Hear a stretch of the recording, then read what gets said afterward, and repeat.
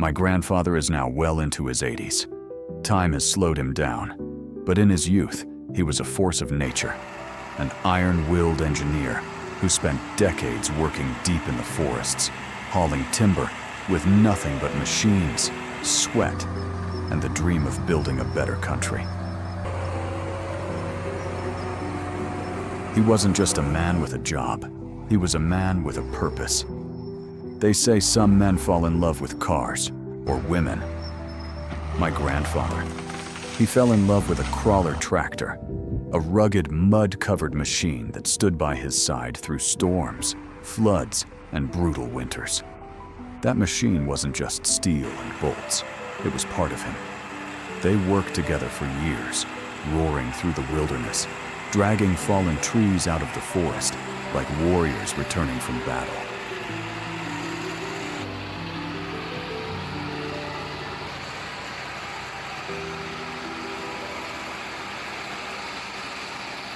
But one day, everything changed.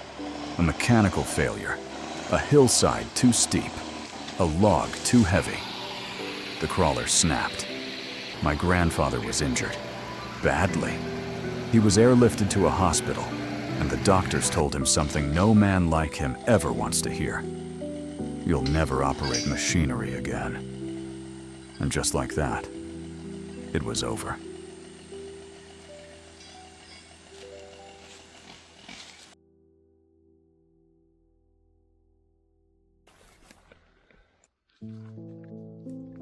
The machine, his machine, was left behind, deep in the forest. Broken, forgotten. No one ever came back for it. It's been sitting there, rusting, for nearly 30 years.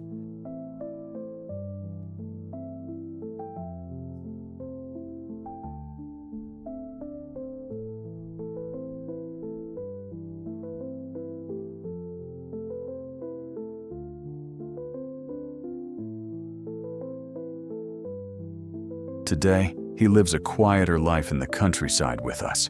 He grows vegetables, feeds chickens. But there's a faraway look in his eyes, especially at sunset. Every evening, he walks to the back of the house and just stares toward the fading light, toward the tree line. I know where his mind goes. It's not just the forest he sees, it's that machine, that partner, that memory.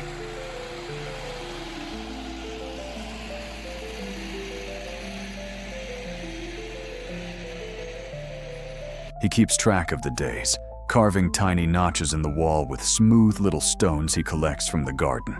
He knows exactly how long it's been since he last laid eyes on it. Exactly. That machine wasn't just a vehicle, it was the last living piece of a man's youth, left to die alone in the woods.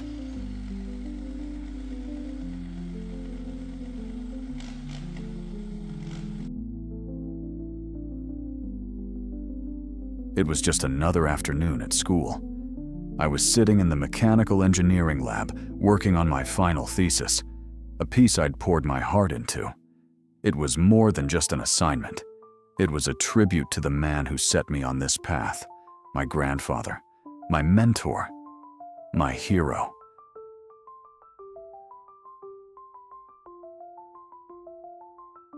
He was the one who first introduced me to machines, not as cold pieces of metal, but as living things with a soul. And somehow, I'd inherited that passion. The love for pistons, grease, gears, and roaring engines. It runs in my blood.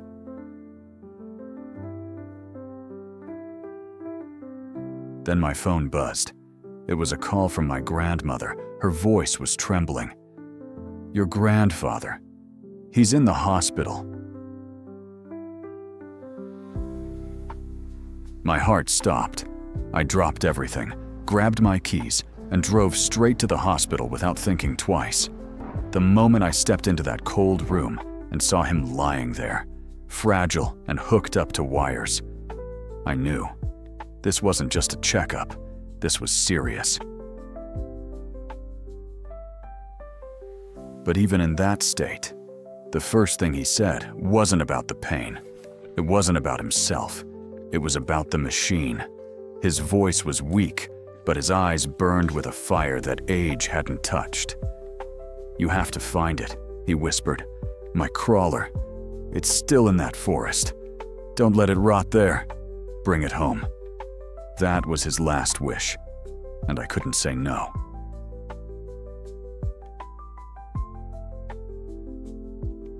I held his hand and promised, "I'll bring it back. I swear it." A tear rolled down his cheek, and I saw peace on his face for the first time in years.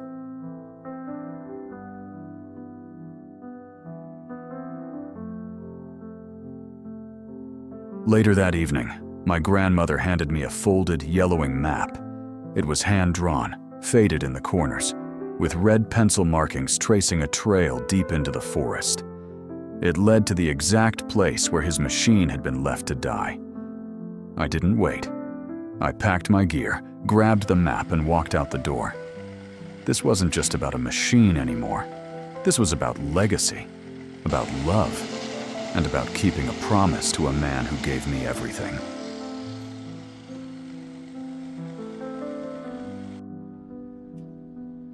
I set out before dawn. From my small town in southern Missouri, I drove west, mile after mile, until the landscape turned rugged and the air thinner. 5 hours.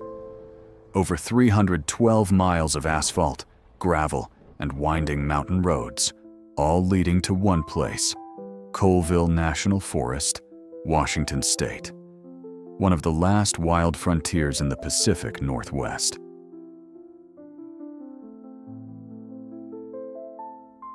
According to my grandfather's hand-drawn map, his old crawler had been left somewhere deep within its forest edge, near the foot of a forgotten ridgeline.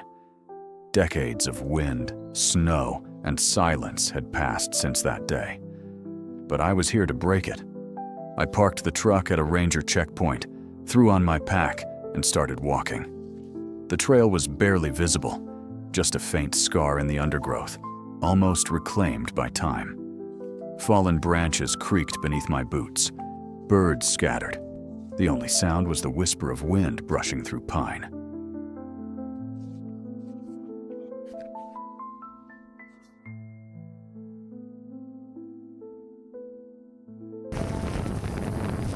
To save time and conserve energy, I launched my drone.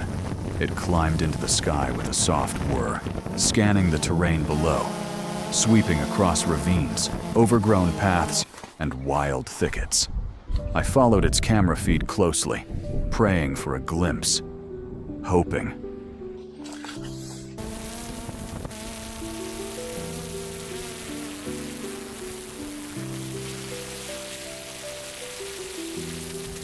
And then, there it was. Nestled in a sunken patch of brush and wild grass, like a sleeping beast from another era, the crawler emerged. Rusty, silent, but unmistakably noble. Its blade was still planted deep in the earth, half buried under decades of soil and moss. The frame, though weathered, held its shape like a soldier at rest. Time hadn't been kind to it, but it hadn't broken it either. It looked exhausted, but not defeated. For a moment, I just stood there, heart pounding, watching the sunlight glint off what little metal remained visible. This wasn't just a machine, it was a memory made of steel, and it had waited long enough.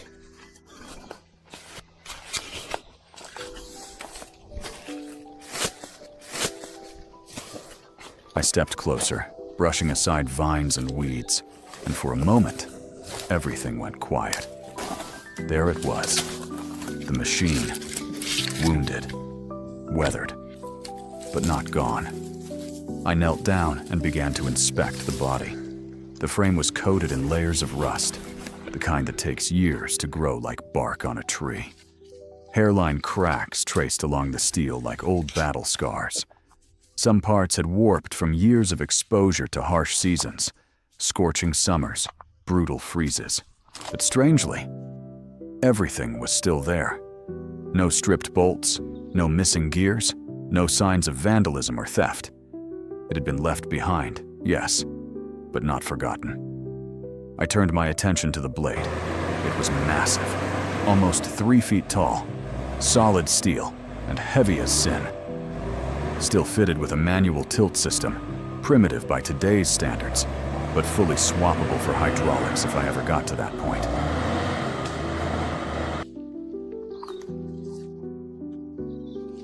Then something made me smile. The exhaust pipe was capped with an old rubber boot. A simple, almost ridiculous fix, but smart. It had likely kept rain from creeping into the engine all these years. A country trick, the kind my grandfather would have taught me.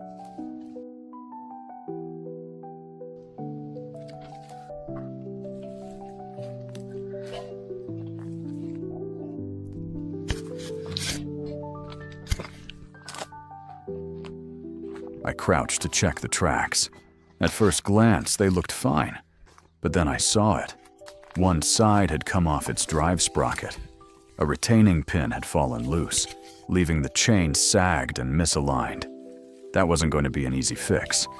I'd have to lift the entire chassis, reset the track by hand, and hammer in a replacement pin, assuming I could even find one that fit.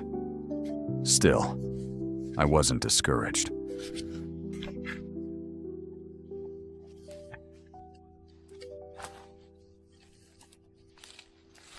Around the back, I found the winch still intact. That was huge. A working winch meant this thing wasn't just a display piece. It could haul timber again, just like in the old days. Then came the heart check. The engine. The oil? Still in there. Not clean, but not gone. No sign of moisture intrusion either. A miracle, honestly. Throttle linkage moved freely. The clutch pedal had spring, brakes had tension, and the starter system wasn't seized. I stood there, stunned. This wasn't a dead machine, it was a sleeping one.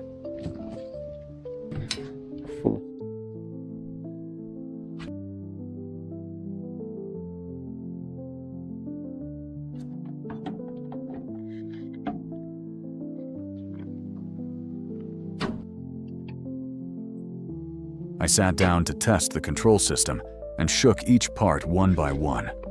Surprisingly, it still worked, albeit with some difficulty.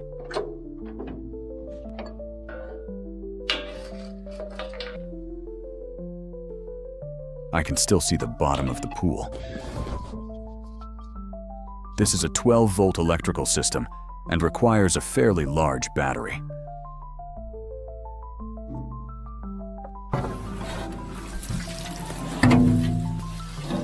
This is a 6-cylinder diesel engine.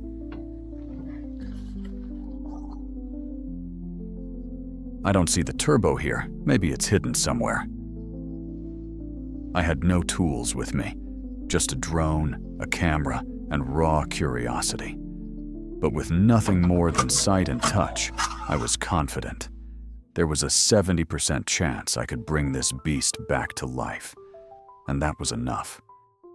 I pulled out my notebook and started writing, jotting down every tool, every part, every ounce of effort I'd need to make this happen.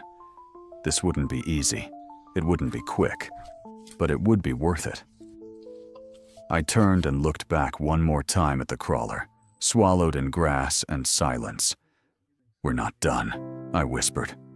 And with that, I began the long hike back, already planning my return.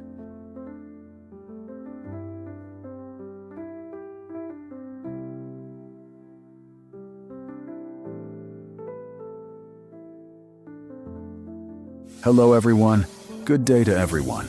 I am back today after 2 days of packing.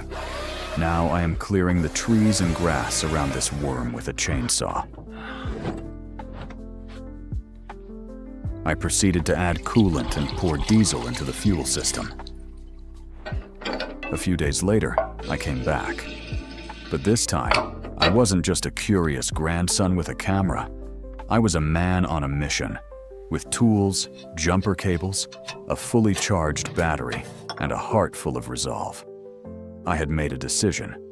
This machine would become the centerpiece of my senior thesis in mechanical engineering. And if I could pull it off, it wouldn't just earn me a degree, it would bring a part of my grandfather back to life. I started with the fuel system. I unscrewed the sediment bowl beneath the fuel tank, and there it was, a thick layer of jet black sludge. Years of sitting still had turned diesel, water, and dust into something that resembled tar. I flushed it out completely, installed a new fuel filter, then began bleeding the system line by line, from the sediment bowl to the injection pump, and all the way up to the fuel lines at each injector.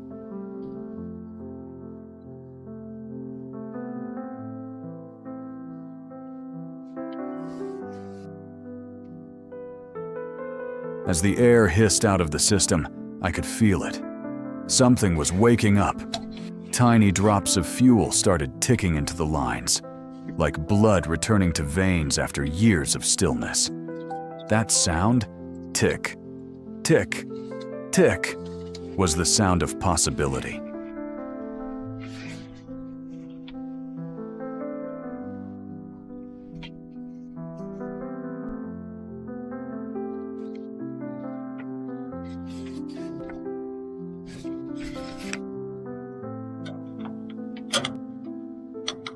Next, I cracked the injector lines to make sure diesel was reaching the combustion chambers. After a few hand pumps on the primer, I heard it, the subtle hiss and whoosh of injectors clearing. That meant only one thing. She was ready to fire.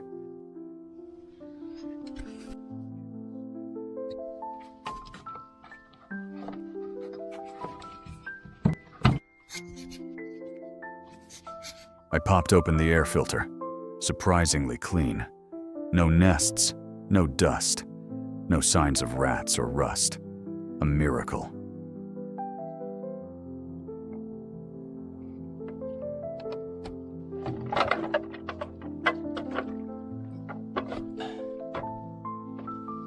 I connected the battery, clamped the ground wire, took one deep breath, and turned the key.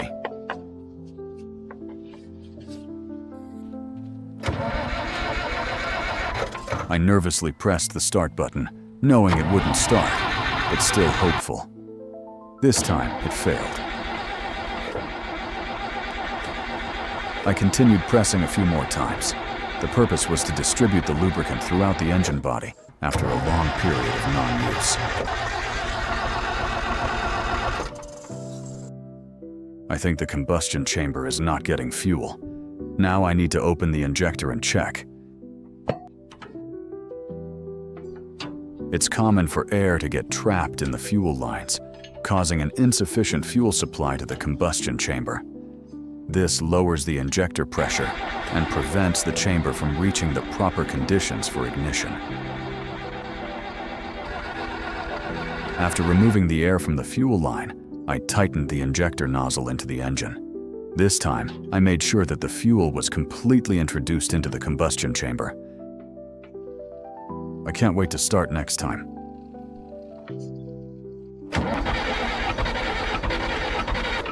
Oh, this time, it made a lot of noise, and white smoke came out of the exhaust, which shows it wants to restart, which is a good sign.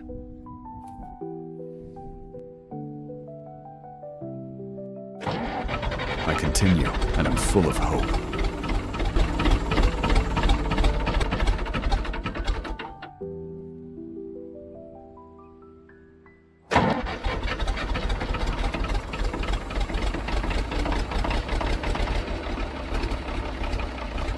At first, just a slow grind.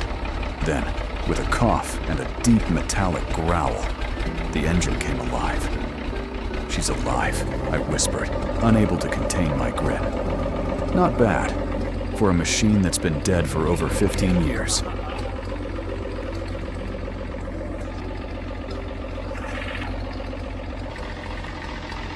The idle was strong, deep, stable. Sure, a puff of smoke blew from the old exhaust boot, but that was expected. No strange knocking, No grinding noises, no signs of overheating. She wasn't just running, she was breathing.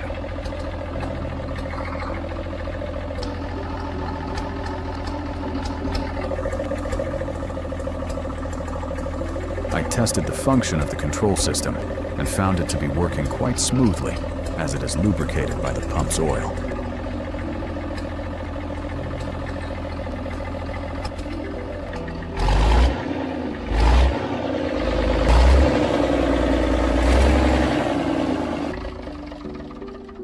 Then came the first problem.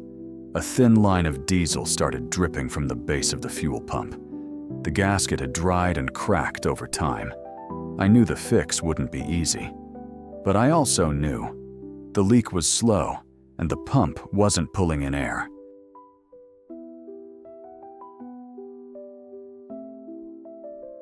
If she can just get me out of this forest, I muttered. I'll forgive a few drips per minute. After checking, I found the gearbox and clutch were fine. The problem now is that the sprocket has slipped off the pin, making it unable to move. I have measured and planned the repair.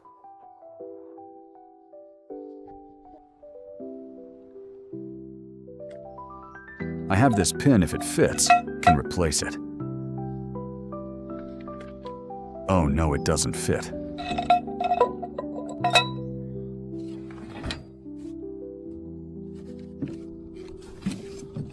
Here I see another one. I take it out and measure it.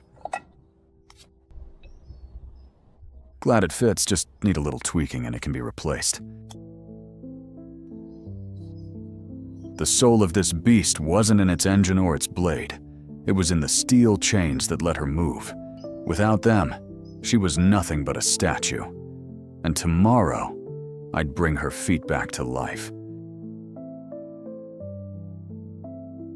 The first thing I did when I got home was take out the iron sample and rework it.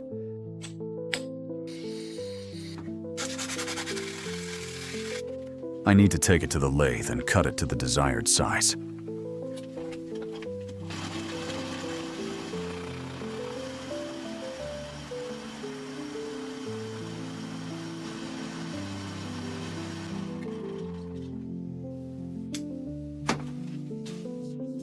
Okay, that's it.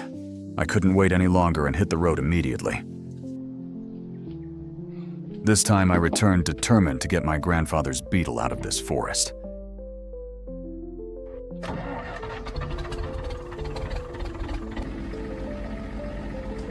I started the engine and raised the blade, using the wooden stick to keep my balance. I chamfered the edges, flattened the head, and placed it in a freezer next to a block of dry ice, letting the pin contract ever so slightly. Old school, precise, reliable.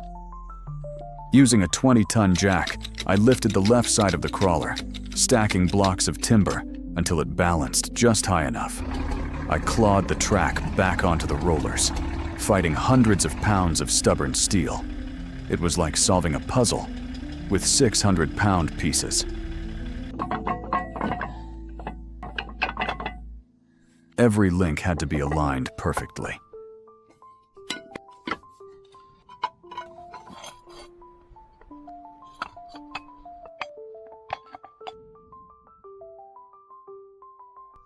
I took the latch in the freezer.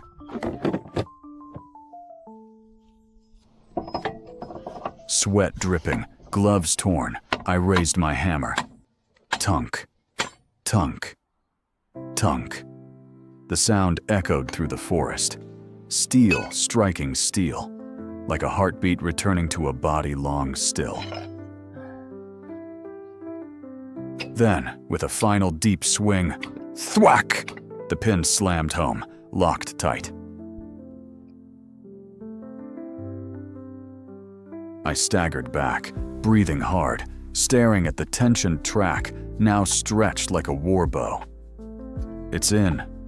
Finally. The crawler had its legs again. I crawled underneath to check the rollers. Still aligned, still clean. no slippage, no deformation. But I didn't rush, because out here, if a track slips off again, you're stranded.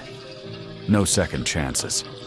So I triple-checked the tension, secured the master pin, locked every bolt like it was holding back fate.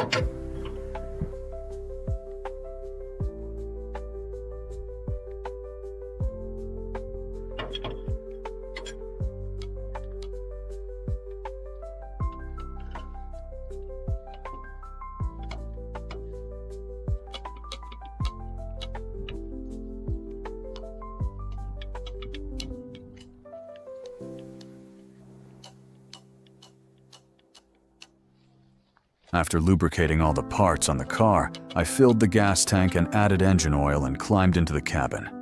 Take a deep breath. Release the clutch. The blade hissed as it lowered. The track rolled forward, slow but smooth. And just like that, the beast moved.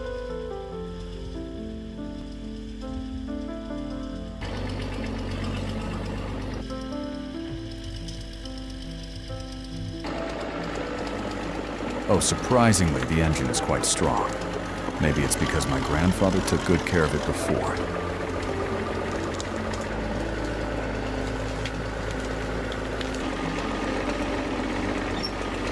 Each rotation of the track clawed through damp forest soil, ground that had clung to this machine for over 15 years. Slowly, steadily, it forged its own path. Watching it crawl forward felt surreal.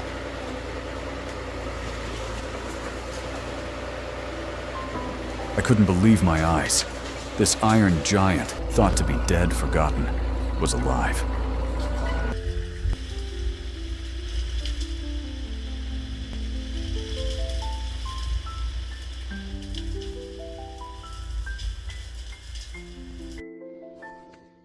But the battle wasn't over. The left track sagged, slipping slightly off alignment. I had to stop. Again, I tightened the tensioner with every bit of strength I had. The thought of doing a full track repair in the middle of the forest? Not.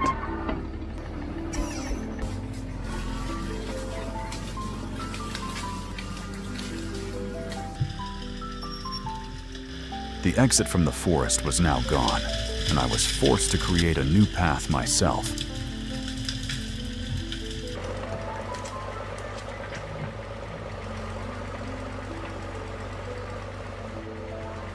I always pray that everything will go smoothly and nothing will happen.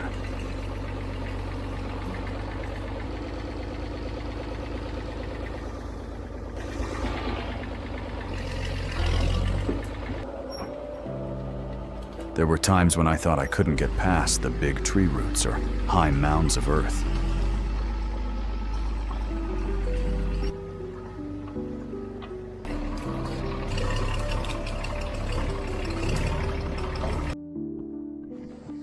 Then came another hiccup. Halfway through the route, I noticed it. A widening diesel leak. Golden fuel began dripping from beneath the injection pump, no longer in droplets, but in a steady stream. I scrambled to improvise. I fabricated a small catch tray from an old tin sheet and began scooping fuel back into the tank every few miles, just enough to keep her running. "Just get out of these woods," I muttered. "Then we'll patch you up for real."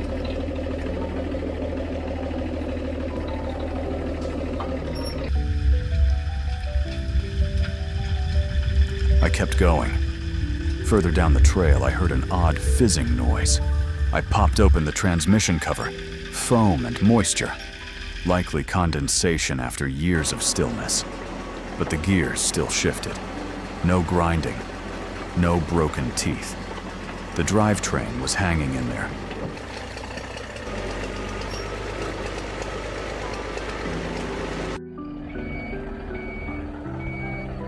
I finally got it out of the woods, loaded it into the truck, and drove it home.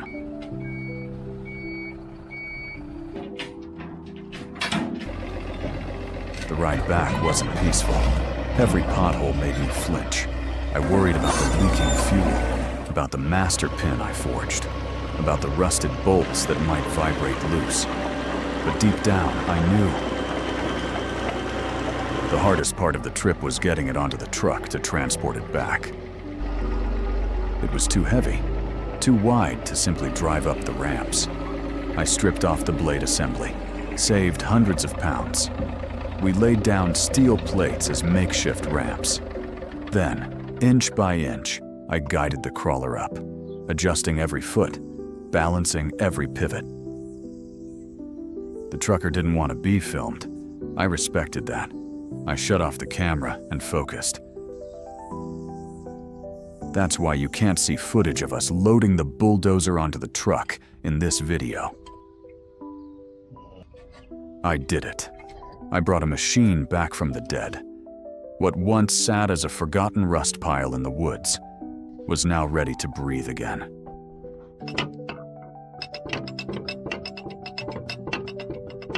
The day I told my grandfather that I had recovered the old tracked dozer and that it was still running strong, something miraculous happened. His doctors couldn't explain it. A man who had spent weeks confined to a hospital bed, worn down by time and illness, stood up again, with fire in his eyes. 1 week later, he was discharged.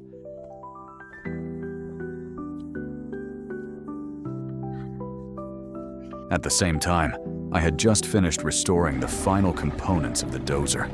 New seals, cleaned injectors, retuned hydraulics. Now it roared like it once did, when my grandfather was still a young, fearless man deep in the forests.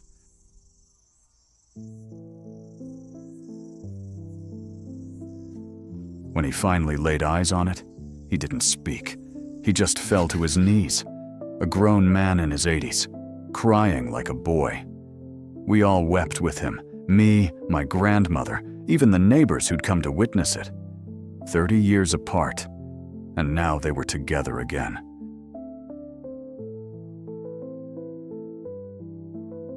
With trembling steps, he climbed into the cab. I watched as he gently laid his hand on the wheel, then traced his fingers across the gauges, the gear levers, the dashboard, like someone caressing the face of a long-lost love. He turned the key. The engine fired to life. With a soft push on the throttle, the steel beast rolled forward.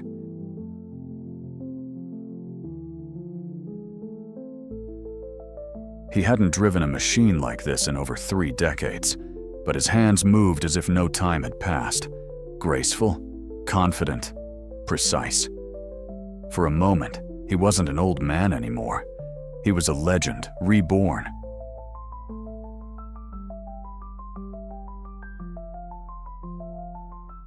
And me? That year, I graduated with honors, delivering a final thesis that wasn't just mechanical. It was human.